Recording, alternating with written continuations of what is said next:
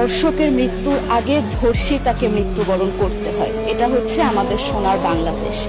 একজন ধর্ষকের জীবনের মূল্যটা এত বেশি যে তাকে ফাঁসির মঞ্চে দাঁড় করা যাবে না।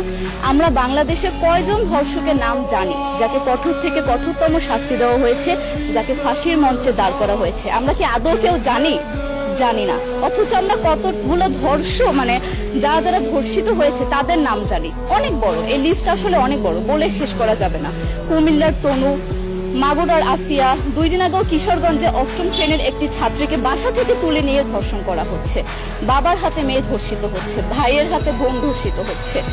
আমরা আসলে নিরাপদটা কোথায়? আমার মনে হচ্ছে আমরা যেন আইয়ামে জাহেলিয়া যুগে চলে গিয়েছি।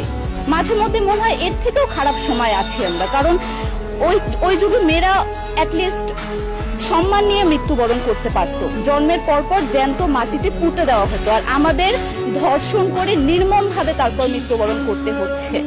যদি সরকার আমাদের ওই নিরাপত্তা নাই দিতে পারে, তাহলে সরকারের কাছে আমাদের অনুরোধ, আমাদের জ্যান্ত মাটিতে পুঁতে দেখ। আমরা বেঁচে থাকতে চাই না, আমরা সম্মান নিয়ে মৃত্যুবরণ করতে চাই। আমরা এই দেশে থাকতে চাই না যে এই দেশে আমাদের কোনো নিরাপত্তা নেই, যে এই দেশে রাস্তা দিয়ে হাঁটলে আমাদের মধ্যে একটা আতঙ্ক কাজ করে, কখন কি না কি হয়ে যায়। আইন উপদেষ্টা বললেন যে ধর্ষকের নাকি ফাঁসি দেওয়া সম্ভব হবে না, তাহলে নাকি নিরীহ মানুষকেও মাঝে মধ্যে ফাঁসি দিয়ে ফাঁসির ব্যবস্থা করা, মিথ্যা মামলায় ফাঁসি দিয়ে ফাঁসির ব্যবস্থা করা হতে পারে। আইন উপদেষ্টার কাছে আমার প্রশ্ন, আল্লাহ না করুক আজকে যদি আপনার কাছের কেউ, আপনার বোন অথবা আপনার স্ত্রী অথবা আপনার মেয়ের সাথে যদি এরকম কোনো কিছু হতো, আপনি কি আসলে এটা বলতে পারতেন যে না, ধর্ষককে ফাঁসি দেওয়া যাবে না? কোনোদিনও পারতেন না। আপনি সবার আগে তার ফাঁসির ব্যবস্থা করতেন, সম্ভব হলে নিজের হাতে মেরে ফেলতেন। তাহলে আমাদের বেলায় কেন এত বৈষম্য? আমরা কি দোষ করেছি? আমরা কি নারী না? আমরাও তো কারো বোন, আমরাও তো কোনো বাবার সন্তান, আমাদেরও তো বেঁচে থাকার অধিকার আছে, তাই না? কিছু হলে মেয়েদের পোশাকের দোষ দেওয়া হয়। আমার কাছে প্রশ্ন, একটা 8 বছরের শিশুর মধ্যে এরকম কি থাকতে পারে যেটা একটা পুরুষকে অ্যাট্রাক্ট করবে, যেটা একটা পুরুষকে সিরিয়াস করবে?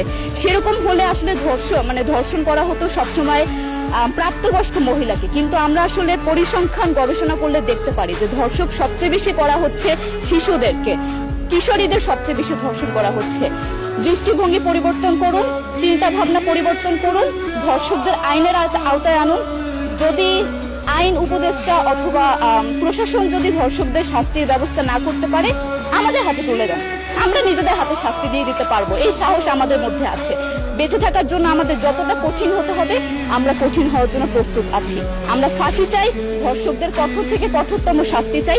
যতদিন না পর্যন্ত ফাঁসি দেওয়া হবে, যতদিন না পর্যন্ত ধর্ষকদের শাস্তির ব্যবস্থা করা হবে, আমরা আমাদের আন্দোলন অব্যাহত রাখবো।